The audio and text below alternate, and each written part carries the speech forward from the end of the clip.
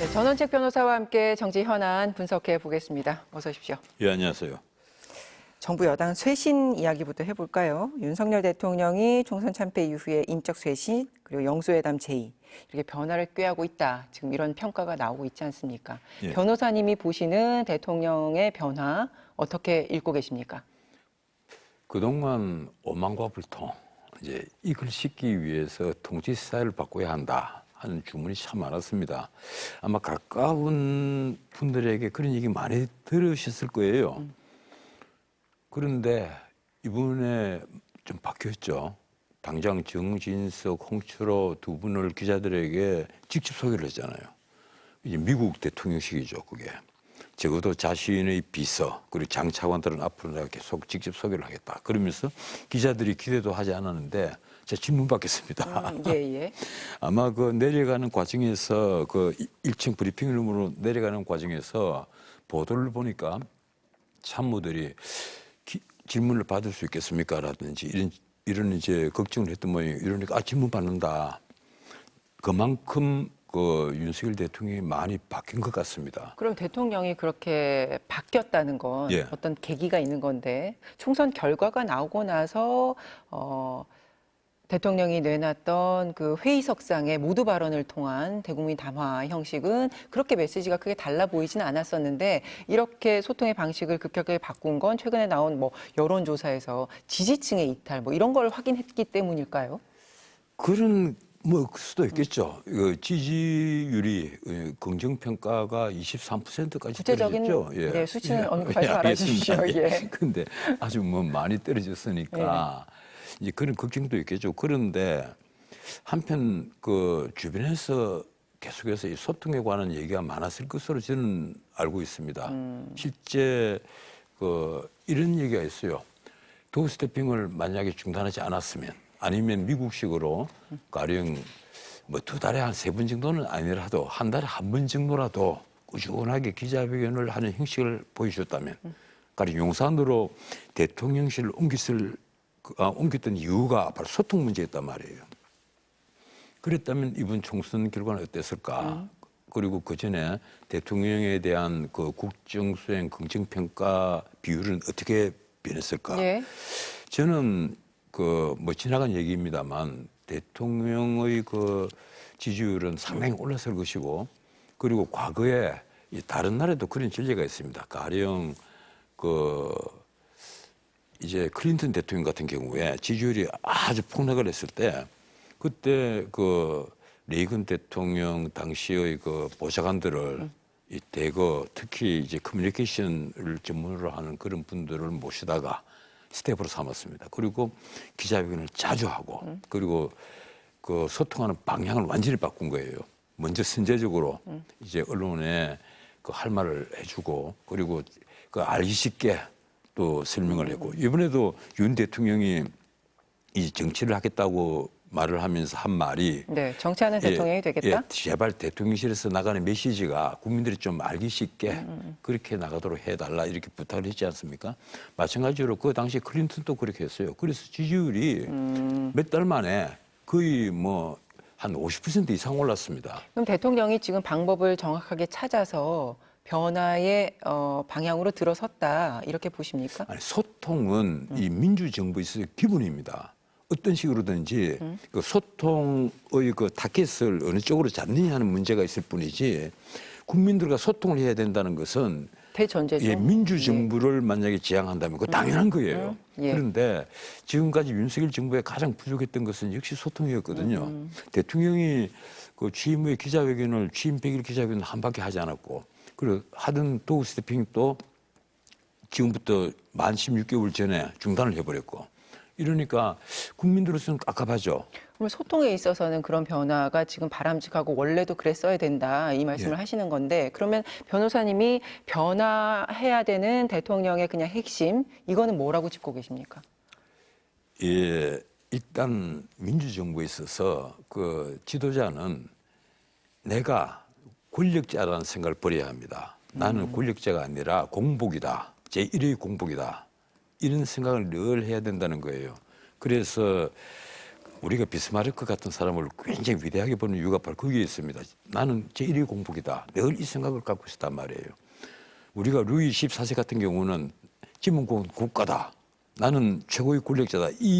그래서 태양왕이라는 별칭을 갖고 있지 않습니까? 그런데 비스마르크 같은 경우는 정반대예요. 나는 국민이 뽑은 첫 번째 공복이다. 공복이라는 말은 마당쇠라는 얘기입니다. 내가 마당에서 일하는 사람이라는 얘기예요. 위에 탁 앉아서 이러는 사람이 아니라. 그런데 우리 역대 대통령 중에서 이 공복의식을 가진 분들, 그러니까 바꿔 말하면 소명의식을 제대로 갖고 자기 희생을 하려고 했던 역대 대통령들이 순서를 따지면 누구일까 늘 생각을 합니다. 저는. 그런데 또 이게 시청자들이 오해를 할지는 모르겠는데 저는 그 첫 번째가 박정희 대통령이라고 생각을 해요. 늘 농민과 함께하고 막걸리를 마시고 그리고 그렇게 비싼 옷도 입지도 않고 뭐 돌아가셨을 때 다 증명이 되지 않았습니까? 그 낡고 누빈 양복을 입고 있었단 말이에요. 그렇게 본인은 늘 겸허하고 겸손하게 생활을 했다. 단지 이제 카리스마는 강력했다. 이제 그런 건데 제1의 공복의식. 아마 나는 윤석열 대통령이 지금까지 검사 생활만 쭉 하고 정치 입문과 동시에 대통령이 되어버렸단 말이에요. 그러니까 이 공복의식에 대한 자기 성찰 이걸 할 기회가 좀 부족하지 않느냐. 그런데 이번 총선을 통해서 아마 철저히 깨달은 것 같아요. 그래서 앞으로 난 많이 바뀔 것이다. 그런 기대를 합니다. 알겠습니다. 그럼 이번에 있었던 그 인선에 대한 평가를 여쭙겠습니다. 정진석 의원 비서실장으로 임명이 됐습니다. 이 인선은 어떻게 평가하십니까? 정진석 의원은 정치를 아는 사람이에요. 나는 제가 언론 기사를 쭉 보면 야당에서는 이 정진석 그 비서실장에 대해서 아주 반대를 하는 분들이 많이 있던데 저는 그거는 잘못된 평가라고 생각을 합니다. 무슨 얘기인가 하면 정진석 의원이 비서실장이 되자마자 한 첫 번째 얘기가 비서들에게 따끔하게 한마디를 했습니다. 입을 없애라. 너희들은 정치하지 마라. 당신들이 비서다. 비서가 정치해서는 안 된다. 제가 늘 평소에 하던 얘기입니다. 대통령 비서들이 눈과 귀는 있어야 되는데 입은 있어서는 안 된다. 제가 늘 그런 말씀을 드리는데 이번에 정진석 그 비서실장께서 아주 정확한 지적을 하신 거예요. 대통령실에서 지금까지 말을 해서는 안 될 말을 해서 혼선을 빚은 게 어디 한두 번입니까? 거기에다가 이번 가령 총선에서 참패한 원인 중에는 대통령실의 이관섭 비서실장 그리고 내가 특정한 이름을 자꾸 대서 그렇습니다만 한우섭 정무수석 그분들이 책임도 만만치 않다. 결국 그 두 분이 교체가 됐는데 그분들이 책임이 있다는 거예요. 이 오만과 근데 대통령실이 아주 오만하게 보이고 그리고 무능하게 보이고 북통처럼 보이게 만든 주 원인은 윤석열 대통령에 있는 게 아닙니다. 사실은 대통령실에 있는 거예요. 대통령실에서 제대로 대통령을 보좌를 못 해준 겁니다. 그래서 정진석 의원이 이번에 제대로 지적을 했어요. 정치는 윤석열 대통령이 하는 거다. 당신들은 그 비서들이다. 당신들이 정치하는 게 아니다. 그래서 이제 이 메시지가 나오게 된 이유가 이번에 총리설과 관련해서 비선 논란까지 이어지면서 이 안에서 메시지 조율이 되지 않으면서 그 대목에 대한 경고의 메시지다 이제 이렇게 해석이 되고 있는데 그 비선 논란과 관련해서 구체적으로 비서관들의 이름까지 거론이 되고 이들이 또 김건희 여사 라인이라는 관측까지 이제 제기가 됐지 않습니까? 대통령실 내에서 권력 암투가 벌어지는 것 아니냐 이런 지적까지 일고 있었는데 어떻게 알고 계십니까, 변호사님? 제가 이 방송에서 참 말씀드리기 조심스러운데 기본적으로 이번 총선 전까지 VIP가 있었고 VIP2가 있었고 언론에서 아주 노골적으로 하는 얘기잖아요. 우리가 정치부 기자들하고 만나면 야 그게 VIP냐 VIP2냐 이런 식으로 질문이 오고 갈 정도였으니까. 그런데 사실은 그런 일이 벌어졌으면 안 되죠. 그런데 이번에 아마 대통령께서 많이 깨달았을 겁니다. 그리고 이번에 정진석 실장이 한 얘기도 가령 대통령실의 핵심 관계자 아니면 대통령실의 고위 관계자 이런 표현이 언론에 등장을 해서는 안 된다. 그런 표현이 등장한다는 것은 출처 불명의 하나의 소스 견해인데 그게 대부분 실체가 사실 있었던 거라 말이에요. 그래서 앞으로는 좀 그런 일이 없었으면 좋겠다. 그러면 정진석 비서실장이 지금 이렇게 기강 잡기에 나섰기 때문에 이 말이 잘 통하고 그렇게 영향이 있을까요? 영향력이 있을까요? 그렇죠. 저는 그리고 이번에 가령 그 홍철호 정무수석의 역할도 앞으로 저는 굉장히 중요하다고 봅니다. 이분은 그래도 국회의원을 한 그 정치 경험자이지 않습니까? 과거에 한우섭 정무수석과는 달리 이 의사당 안에서 의원들하고 함께 북닥된 경험을 네. 가진 분이거든요. 이래서 아마 홍철호 수석이 앞으로 정무수석으로서 여야 간에 어떻게 조율을 해 나가느냐에 따라서 앞으로 그 기대 이상의 그 어떤 분위기 쇄신이 있지 않을까 하는 이번 인선에 대해서 예. 굉장히 호평을 하시네요. 예, 그런 예. 저는 희망을 가집니다. 과거에 너무 불통이었으니까 예, 그 알겠습니다. 불통이 낳은 사실은 그 폐단이 거의 보수 괴멸까지 이르렀단 말이에요. 사실 뭐 이번에 총선 끝나고 나서 여러 그 이 전문가들 특히 그 정치학을 전공하신 분들이 이 신문에 이 칼럼도 쓰고 견해도 밝혔는데 이런 말들이 많았어요. 보수의 한 축인 자유주의적 보수주의자들이 괴멸됐다. 그 말은 뭔가 하면 이 우리나라의 보수주의자이면서도 예. 이 빈부격차 확대되는 데 대해서 국가의 개입을 어느 정도 해야 된다. 이런 주장을 해오던 한쪽의 보수들이 사라져 버렸다는 거예요. 그래서 그만큼 보수주의자는 왜소해졌다. 이 얘기를 하는데 솔직히 저도 걱정이 큽니다. 제가 제 1대라고 할까 뭐 원조 보수 농객으로서 정말 걱정이 있고 이런 식으로 가면 우리나라 보수가 괴멸되어 버리고 만약에 부서져 버리면 예. 앞으로 누가 이걸 재건할 것이냐. 당장 다음 대선까지 예. 새로운 그 보수 진영의 스타를 누구로 만들어낼 것이냐. 그걸 갖고 저희들은 앞으로 고민을 해야 합니다. 그러게요. 그래서 지금 국민의힘은 오늘도 여의도 연구원 주재로 총선 패배 원인 분석하는 세미나를 열고 지금 보수 재건에 대해서 근원적인 어떤 질문과 토론들이 이어지고는 있는 것 같습니다. 그래서 지금 차기 지도부가 누가 들어오느냐 이게 굉장히 중요한 문제일 텐데 그 부분 이야기를 좀 해보겠습니다. 지금 비대위원장 당장 인선이 급한데 아까도 저희가 거론을 했는데 지금 난항을 겪고 있는 모습입니다. 어떤 인물이 나서야 됩니까? 어떤 지금 뭐 인물이 비대위원장 됩니까? 아무도 안 하려고 그러죠. 예. 비대위원장을 한다는 것 자체가 사실은 2달이냐 석 달이냐 하는 건데 그리고 관리형 비대위원장이다. 할 일이 없잖아요. 예. 그래서 자칫 잘못하면 자기 이름만 더럽히고 결국은 5명만 남기는 그런 결과가 된다. 이래서 전부 다 안 하겠다는 거예요. 그 예. 범위를 낮춰서 드디어 4선 이상 좋다. 처음에는 뭐 5, 6선 이러다가 4선 좋다. 드디어는 뭐 3선도 좋다. 이런 얘기까지 나오는데 전부 다 이제 윤지옥 원내대표가 전화를 해서 만나자고 하면 아 내가 당신 만날 일이 없다. 만나면 뻔한 얘기가 나오니까 예. 당신 만날 일이 없다. 바쁘다. 이런 핑계대고 전화를 안 받고 다 도망다니기 바쁘단 말이에요.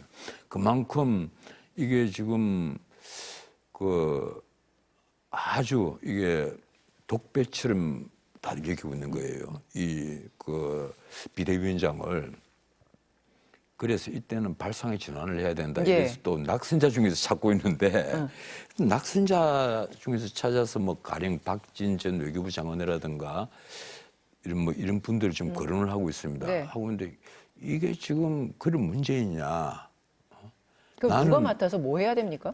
아니 지금 그 관리형 비대위원장은 그러니까 관리형 자체를 하면 예. 안 되고 지금 아직까지도 그러니까 이렇게 방향을 잡으면 안 되고 지금 나는 비대위부터 그래서 혁신형으로 가서 나는 그래서 윤재욱 대표부터 지금 민주당 이 당선자 대회든 뭐 그 낙선자 대회든 지금 대회가 많이 열리고 예. 있어요. 그런데 지금 뭐 조중훈 의원이 총선 백서를 지금 만들고 있다고 하니까 그 백서에 어떻게 실릴지는 모르겠습니다만 제대로 지금 승인과 폐인을 분석이나 할 줄 아는 사람들이 지금 모여들고 있느냐. 만약에 그걸 제대로 안다면 당을 완전히 해체하다시피 바꿔야 한다. 이 바꾸지 않으면 안 되는데 지금 그런 생각을 하지 않고 지금 차기 원내대표 누구냐, 차기 당대표 누구냐. 예. 역시 보이지 않는 권력 다툼을 하고 있단 말이에요. 지금 비대위원장 안 하겠다는 것은 뭔가 하면 예. 그 다음 당대표 하겠다는 분이 벌써 4명 내지 5명이 거론이 되고 있거든요. 그리고 심지어 뭐 나경원 대표에다가 그 지금 이철규 원내대표 뭐 이 설까지 나오고 있지 않습니까? 그런데 지금 대표를 누구로 한다, 원내대표를 누구로 한다 아닌 말로 당이 완전히 와해돼서 7, 80명 되는 소수 정당으로 전락을 해도 상관이 없습니다. 일단 정체성부터 확립을 해야 되는 거예요. 그런데 국민의힘이 과거에 새누리당 때부터 아니 신한국당 때부터 계속 내려오면서 늘 문제가 되는 것이 바로 정체성입니다. 이 정체성에 대해서 혼란을 가지고 있으니까 당이 어떤 문제가 딱 있을 때 단합을 못하는 거예요. 그리고 공천 과정에서 늘 잡음이 나오는 겁니다. 공천이 나중에 잘못됐다, 뭐 잘됐다 이런 잡음이 내일 나오는 거예요. 이번에도 비례대표 공천 두고 또 잡음이 나오지 않습니까? 그러면 지금 변호사님은 늘 나오면 말씀하십니다. 지금 정체성, 당의 정체성부터 그러니까 A부터 다시 시작해야 된다라는 그 말씀을 A가 하시는 건데. 뭔가면요. 영국 같으면 보수당 같으면 원로위원회가 있습니다. 보수위원회가. 그래서 정체성을 거기서 딱 만들어 놓습니다. 그러니까요. 그 틀을 딱 만들어 놓습니다. 그러니까 국민의힘이 해야 될 것은 그러니까 아주 기본적인 것부터 다시 시작해야 된다는 말씀을 하시는 건데 지금 당의 움직임을 봤을 때 지금 뭐 관련 비대위로 가고 당대표 누가 이렇게 지금 가는 모습이 안타깝다는 말씀이신 거잖아요. 저는 민주당은요 얘기를 하지 않겠습니다. 왜 그러나 민주당은 민주당 말고 지금 국민의힘 제가 민주당은 얘기를 하지 않습니다. 뭐 정치성이 어떠니 얘기를 할 필요를 못 느낍니다. 그건 이미 사당화가 된 당이기 때문에. 그런데 가령 공당인 국민의힘이 앞으로 계속 존재를 한다면 그리고 집권 여당으로서 기능을 하겠다면 지금부터라도 정체성을 바로 잡아야만 지금 당장요. 근데 그럼 당 안에서도 지금 굉장히 위기 의식을 느끼는 의원들이 제가 한 말씀 드릴게요. 지금 박영선 총리설이 나오고 그리고 양정철 비서실장설이 지난번 나왔습니다. 저는 가령 박영선 이라는 정치인은 제가 개인적으로 아주 잘 알아요. 그리고 친하기도 하고. 그런데 보수 정당에서 박영선 총리설이 나온다는 게 말이 됩니까 그게? 근데 그런 말이 어디서 나왔느냐? 대통령실에서 나왔단 말이에요. 그리고 국민의힘에서도 그에 대해서 큰 반발이 없어요. 그 말은 뭘 의미하는 겁니까? 반발은 많았습니다. 물론 반발은 있지만 그게 진짜 반발이라고 부를 정도의 반발은 아니었단 말이에요. 이러니까 제가 보기로는 야, 이 당에 과연 보수 정당이 맞긴 맞느냐. 그러니까요. 그러니까 이제 당 안에서도 굉장히 쇄신이 필요하다는 강한 목소리가 많이 나옴에도 지금의 흘러가는 기류는 그렇게까지 가지 않는 것 아닙니까? 그 이유는 뭐라고 보십니까? 제가 하나만 제가 거꾸로 물어볼게요. 윤석열 대통령이 정말 발상을 확 바꿔갖고 박영선 총리를 임명했다. 아니면 뭐 민주당에서 나온 인사를 총리로 지명했다. 그래서 거국 내각을 만들겠다.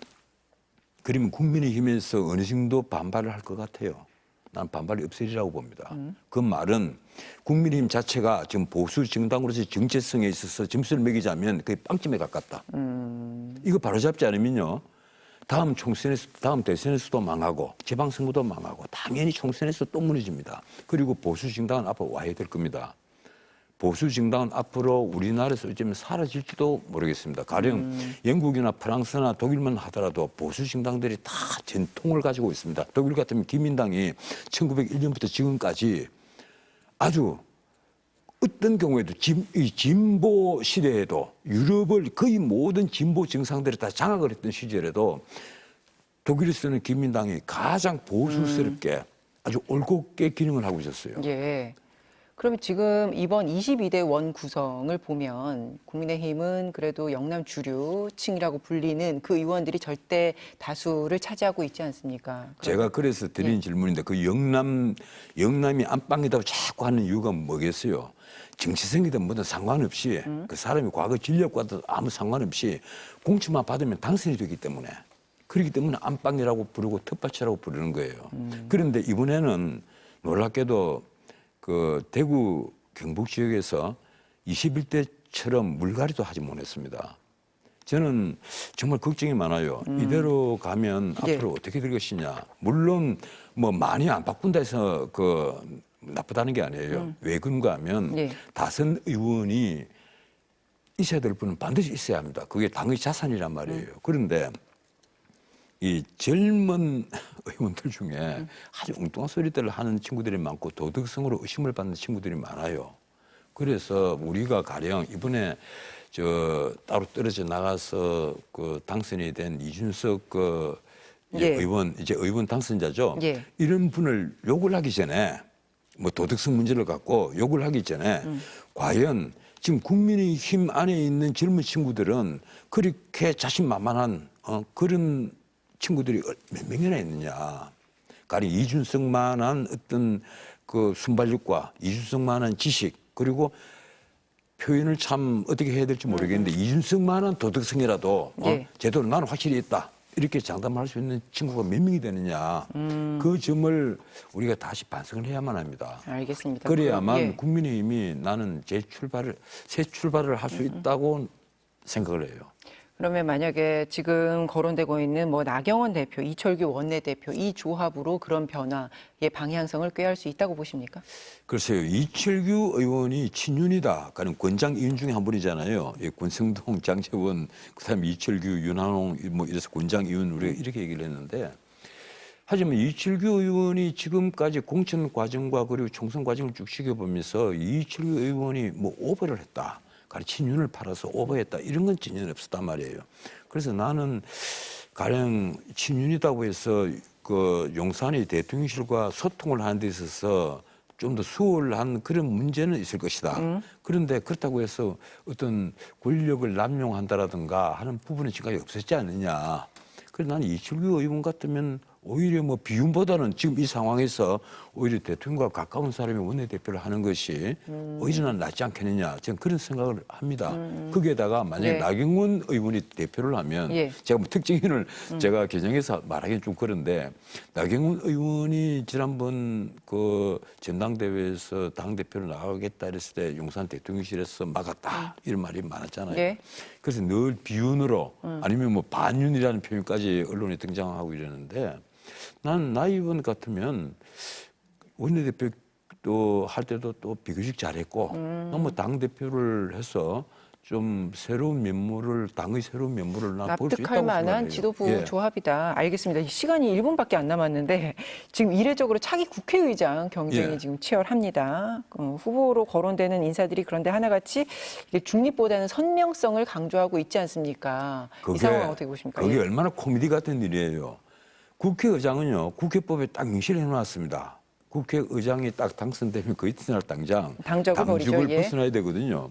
그 말이 뭔가 하면 자꾸 본인들은 기계적인 중립은 지키지 않겠다. 자꾸 이런 얘기를 하는데 기계적이든 뭐든 중립을 지켜라 이 얘기예요. 그 중립을 벗어나면 국회의장으로서 자격이 없는 것이고 우선 하는 말이 나는 국회의장이 되면 이 민주당 길을 함께 가겠다. 뭐 이런 얘기를 내놓고 한단 말이에요. 그래서 선명성 경쟁이라고 언론에서는 얘기를 하는데 세 분이 지금 경쟁하고 있는 세 분인지 한 분이 다 똑같은 얘기를 하더라고요. 예. 보니까. 그래서 보면 야 이게 22대 국회에서 앞으로 어떤 일이 벌어질까. 국회의장이 될 분부터 저러니까 22대 국회에서 이 민주적으로 체크 앤 밸런스, 이 견제와 균형을 하는 그런 것은 앞으로는 알겠습니다. 예, 기대할 수 우려가 없다. 있다. 근데 그냥 보시기에 제가요, 예, 누가 유력해 한 보입니까? 말씀만 드리죠. 누가 국회의장이 될지는 모르겠습니다. 그런데 만약에 국회의장이 본분을 벗어나서 그 다수당의 그리고 자기 출신 당의 그 입장에 서는 일이 벌어진다면 가정입니다. 그러면요. 예. 예, 물론 가정이죠. 그렇다면 그건 집권 뭐 여당으로서는 참 지옥 같은 일이겠지만 민주당으로서도 자기 무덤을 파는 일이 될 겁니다. 알겠습니다. 오늘 여기까지 하죠. 변호사님 예, 고맙습니다. 고맙습니다.